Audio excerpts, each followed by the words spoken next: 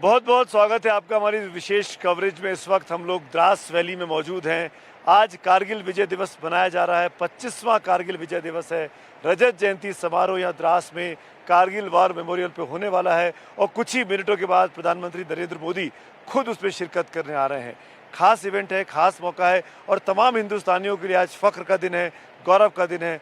वो पल है जब हमने दुश्मनों के छक्के छुड़ा दिए थे और करीब 2 महीने की लंबी लड़ाई के बाद पाकिस्तान को इस बात का एहसास करा दिया था कि अगर वो हिंदुस्तान से पंगा लेगा तो उसके मुंह में, उसके घर में घुसकर उसको मारा जाएगा। और जो कि लगातार पिछले 25 सालों से भारत की एग्रेसिव लगातार रणनीति रही है पाकिस्तान के संदर्भ में।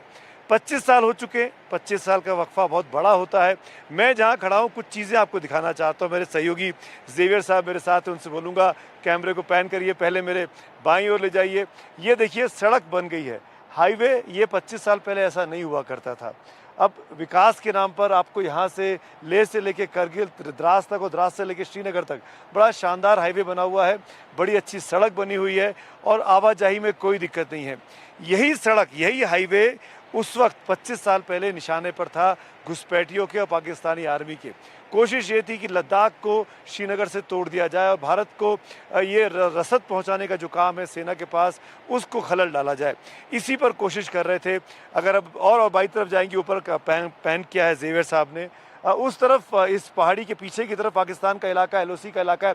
दूर है यहाँ से, जहाँ पे हम खड़े हुए हैं, यहाँ नहीं है, यहाँ से दूर है, लेकिन ये वो पूरा इलाका है। मैं आपको वैली दिखाने की कोशिश कर रहा हूँ कि किस कठिन टेरेन में उस वक्त भारतीय सेना काम कर रही होगी। ये पीछे देखिए द्रास रिवर है, ये रिवर जाती है एलओसी से आती है और वापस पाकिस्तान की तरफ ही जाती है। इसका नाम बदलता रहता है मोहल्ले के साथ साथ। और ये कठिन पहाड़ियाँ हैं। अगर आप जेवियर से जब कैमरा पैन करेंगे आप देखेंगे इन कठिन पहाड़ियों पर चढ़कर भारतीय सेना के सैनिकों ने, शूरवीरों ने पाकिस्तान के छक्के छुड़ाए थे। पाकिस्तानी लोग ऊपर चोटी पर बैठे हुए होंगे, सोच सकते हैं आप, बिल्कुल स्टीप चढ़ाइयाँ हैं और नीचे भारतीय सेना थी। और वो कैसे ऊपर गई होगी, कैसे ऊपर से उन पे गोले बरसे होंगे, उन पे गोलियां चल रही थी और यहाँ से पलटकर जवाब हमला किया जा रहा था। इस मुश्किल लड़ाई को जीता भारतीय सेना ने। मेरे साथ अभी आप देख पा रहे थे मेरे सहयोगी राजीव रंजन को, जो मेरे साथ यहाँ मौजूद है। राजीव, स्वागत है आपका बहुत बहुत। राजीव हमारे साथ रक्षा मंत्रालय कवर करते रहे, डिफेंस को जानते हैं, समझते हैं।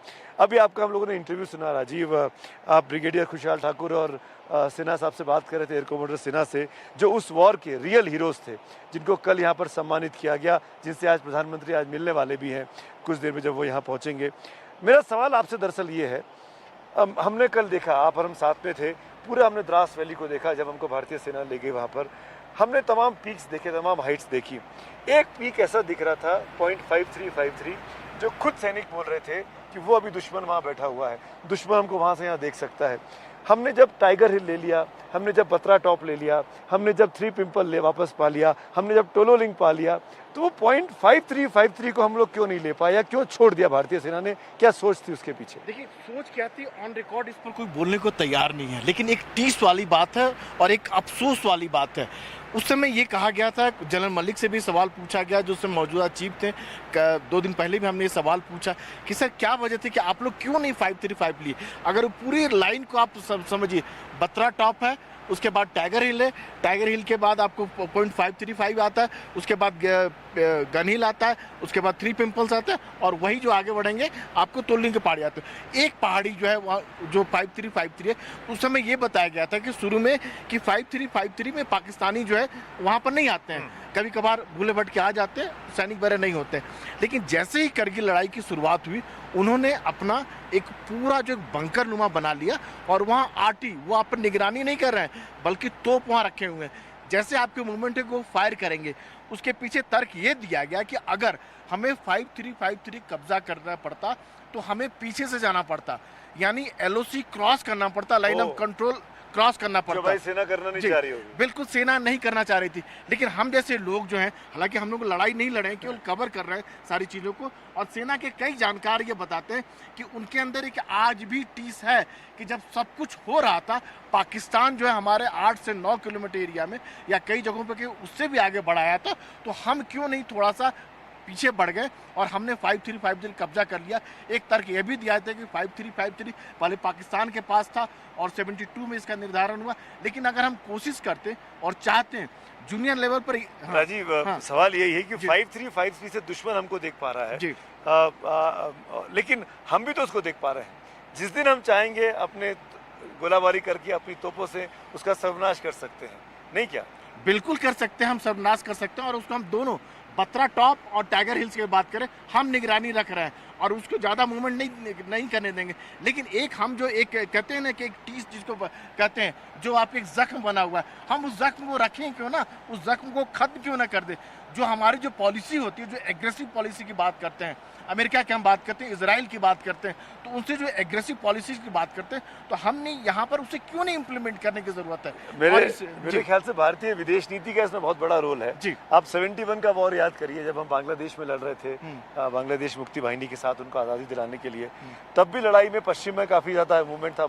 ईस्ट में तो लड़ाई लड़ी रही थी, पश्चिम में भी लड़ाई चल रही थी। जो लोंगोवाल समझौता हुआ उस वक्त में ऑलमोस्ट भारतीय सेना लाहौर तक पहुंच गई थी, लेकिन फिर हम लौटकर वापस आ गए। क्यों? क्योंकि हमको अंतर्राष्ट्रीय सीमा का, अंतर्राष्ट्रीय नियमों का पालन करना था। तो शायद भारत की ये रणनीति रही है या भारत की ये पॉलिसी रही है कि भाई अगर हमको छेड़ो मत, लेकिन अगर छेड़ोगे तो हम छोड़ेंगे नहीं, जो कि उसने 71 में भी किया, 99 में भी किया। उसी में आपको याद रखना चाहिए, जो हाजीपुर जैसी जो जगह है, पहले आप उड़ी से जो है सीधे आप जो है आपको जम्मू आना हो तो आराम से आ सकते थे, लेकिन अब आपको घूम के आना पड़ता है। तो हमारे कई पोस्ट जो है हमने पाकिस्तान को दे दिए।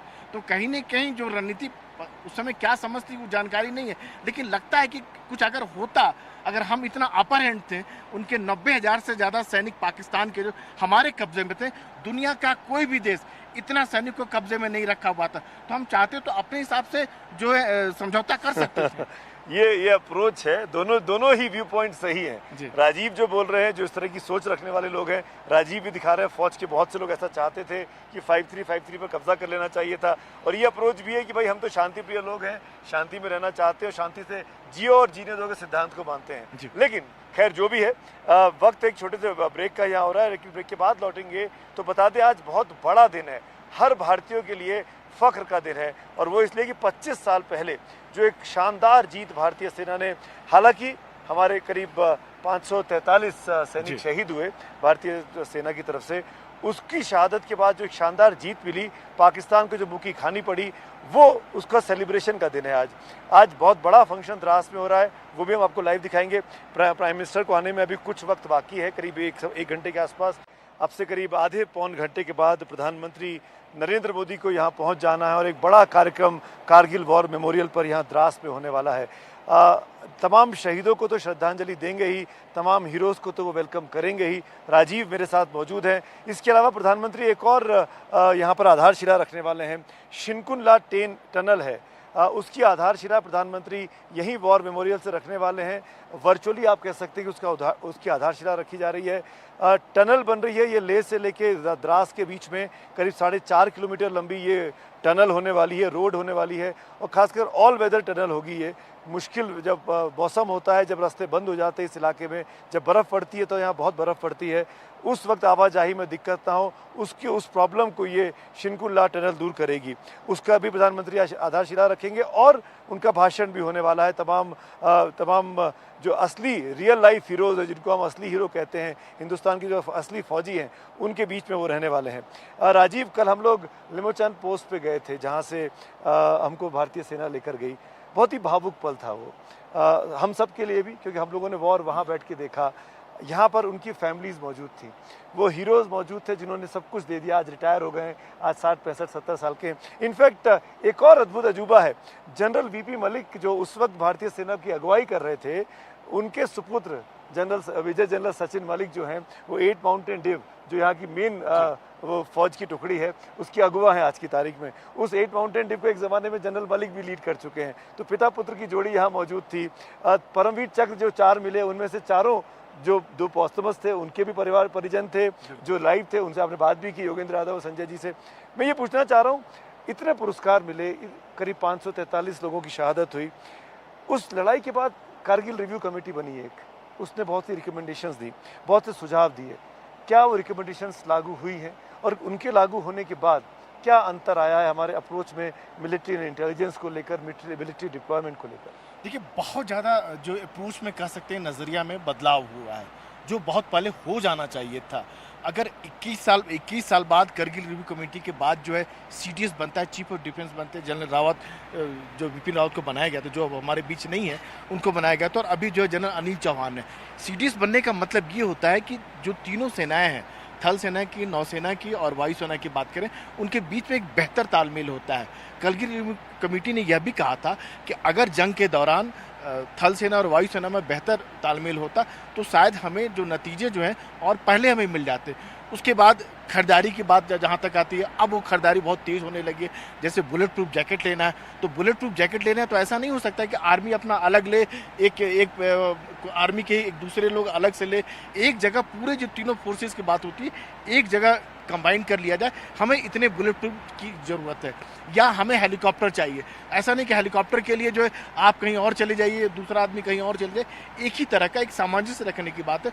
तो अब वो बदलाव हो रहे हैं, बहुत तेज़ी से बदलाव हो रहे हैं। अब वो नज़रिए की बात हो रही है। और अगर ये सब कुछ पहले हो गया होता तो थिएटर कमांड जिसको कहते हैं, जिसमें तीनों सेनाएं मिलकर काम करेगी, नज़रिए की बात होगी। वो आज की लड़ाई की नहीं देख रहे हैं। आज अगर दुश्मन का आने वाला कल की जो लड़ाई होगी, किस तरह की लड़ाई होगी, चुनौती किस तरह को होंगे और हमें कैसे देखना होगा। जैसे अगर उस समय की बात करें तो उस समय हमारे पास कोई सैटेलाइट इमेज वगैरह नहीं था, कुछ ड्रोन वगैरह नहीं था। लेकिन आज अगर पाकिस्तान जो है इन पहाड़ियों पर कोई भी हरकत करता है, किसी तरह का दुस्साहस करता है, तो उसको सोचने से पहले जवाब दिया जाएगा। वजह क्या है? हमारे पास सैटेलाइट इमेज है, हमारे पास ड्रोन है, हमारे पास जो हथियार जो चाहिए, वेपन सिस्टम जो चाहिए, वो पहले की तुलना में कहीं ज़्यादा बेहतर है। पाकिस्तान की बात छोड़िए, आज की तारीख में स्थिति है कि चीन भी कुछ भी हिमाकत करने से पहले 10 बार सोचेगा। बिल्कुल। इनफैक्ट आपने तीनों सेनाओं की बात की, और हमको ये नहीं भूलना चाहिए, तमाम दर्शकों के लिए भी, खासकर उन बच्चों के लिए जो करगिल युद्ध के बाद पैदा हुए, 2000 के बाद जिन्होंने बर्थ लिया, उनको समझ में आना चाहिए कि करगिल युद्ध में भारतीय सेना की जो भूमिका थी, उतना ही बड़ी भूमिका भारतीय वायुसेना की थी। बिल्कुल। और अगर भारतीय थल सेना ने ऑपरेशन विजय उसको नाम दिया था, तो वायुसेना ने ऑपरेशन सफेद सागर उसको नाम दिया अपने ऑपरेशन को। और जैसे ही वायुसेना का एक और चीज करने को, नौसेना सीधे तौर पर हिस्सा नहीं ले रही थी, वो भी डिप्लॉयड थी। ऑपरेशन तलवार वो कर रही थी, मतलब पाकिस्तान को कंट्रोल कर रही थी कि आप सागर के जरिए, समंदर के जरिए कोई हरकत नहीं कर सकते। तो तीनों सेनाओं ने यहाँ मिलकर काम किया। जी जी। और मैं ये कहना चाहता कि वायुसेना ने जो कमाल करके दिखाया, और जब से वायुसेना को ऑफिशियली डिप्लॉय किया गया, हालांकि वायुसेना का हमको नुकसान भी हुआ, 2 हमारे लड़ाकू विमान मार गिराया पाकिस्तानियों ने, एक चॉपर का नुकसान हुआ था, कुछ नचिकेता जिनसे कल मैंने बात की, उन कैप्टन चले गए थे, अजय आहूजा साहब को शहादत प्राप्त हुई थी। ऐसे कई कहानियाँ भी हैं। लेकिन वायुसेना के आने के बाद से इस लड़ाई में भारतीय सेना ने जीत हासिल करनी शुरू की, क्योंकि हमने ऊपर से पाकिस्तान को निशाना बनाना शुरू किया, जो पाकिस्तान शायद सोच नहीं रहा था, घुसपैठिए सोच नहीं रहे थे।